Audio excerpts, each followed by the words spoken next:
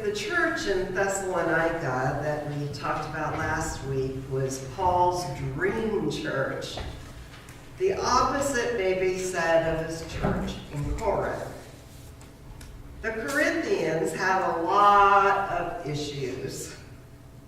Corinth was a crossroads for trade routes, and so it enveloped a great diversity of people from various religious beliefs, political biases, economic principles, and cultural views. After Paul spent 18 months planting the church and helping it to thrive in Corinth, he moved on. And that's when the wheels came off. The church got into all kinds of trouble. John Wesley wrote of the church in Corinth, "But how early did the mystery of iniquity work, and how powerfully the church in Corinth." The church there was a hot mess. Yet, this served as a backdrop for Paul's most profound teachings about the true wisdom and power of God in the cross, in the truth of Jesus' resurrection, in unity that the church can embrace, in the sacrament of the Lord's Supper, and in the principles of Christian ethics. One of the brouhahas in the Corinthian church was about eating and drinking sacrificial food and wine that had been offered to idols. In the Jewish heritage, this was completely forbidden.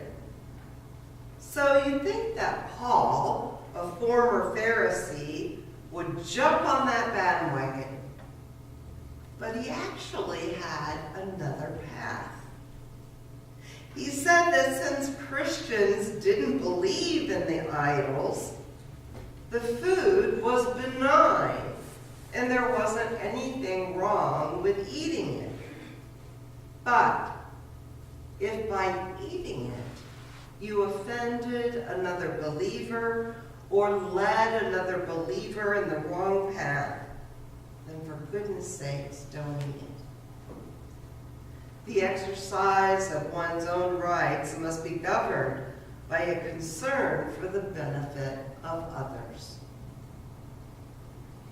Eating and drinking, working and leisure, conversations and travel, all are common actions in everyday life. Paul highlights that common actions in life are to be done to the glory of God. He wrote, "Whatever you do everything for the glory of God," which is a wonderful sentiment, but I question whether or not we take that very seriously in our day-to-day activities, or if we think of in terms of our day-to-day activities.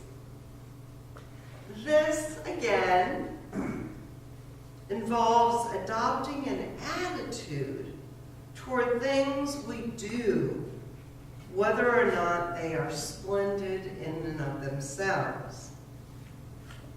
When cleaning the car of snow and ice, can we think of that task as something we are doing to the glory of God? If we can, we may embrace a different attitude toward that task. And how about the myriad of other things we do so often without thinking much about them or thinking negatively about them? Cleaning the house, cooking a meal, changing a diaper, giving a presentation, engineering a new project,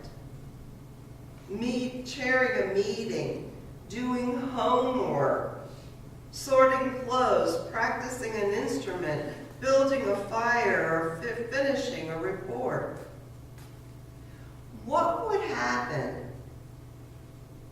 in our undertakings if we did them for the glory of God? To reach this kind of habit, we would need to work on it deliberately. It doesn't come naturally for us.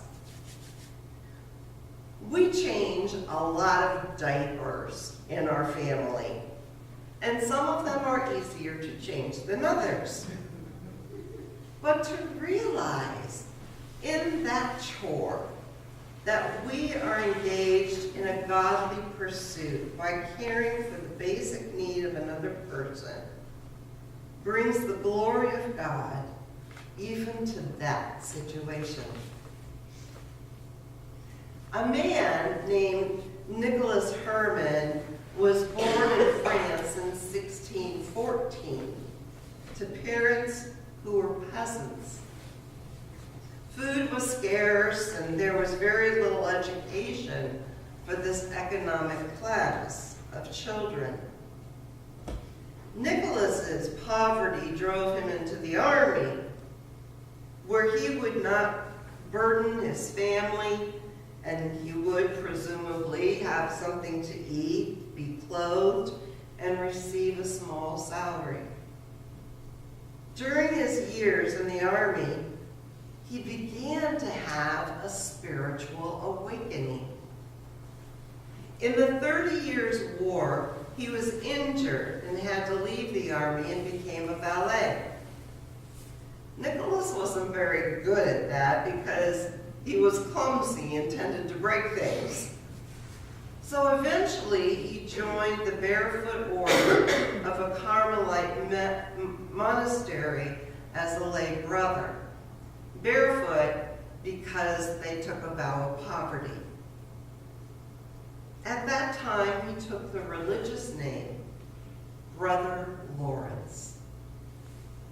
Brother Lawrence is an incredible example of thoughtfully doing all we do to the glory of God.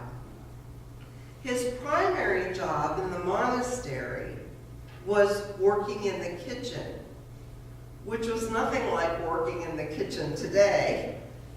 It was hot or freezing, dangerous, monotonous, dirty work. He intentionally decided that he was going to enjoy the work that was given to him. And it is said that he remained ready for whatever task he was assigned. In a book written about Brother Lawrence, it stated, in his business in the kitchen, to which he naturally had a great aversion, having accustomed himself to do everything there for the love of God and with prayer upon all occasions, for his grace to do his work well. He then found everything easy during the 15 years he spent employed there. Peeling potatoes was more essential for Brother Lawrence's spiritual growth than attending evening prayer service, because Brother Lawrence recognized that God was there in the kitchen as much as he was in the chapel. One writer referred to Brother Lawrence as an Emmanuel laborer. I love that. You know, it's not that we have to be excited about every job that we do. It's not that we have to be excited about peeling potatoes or doing homework, but we do what we must do for the glory, the love of God. And by making this a habit, in our everyday tasks, we approach them and accomplish them in a very different way. I would invite you to join me the next time you feel like grumbling about a task that you have to do. And do it in terms of offering that task to the glory of God. It might still be a drudge. It might still be messy, but it won't be without me.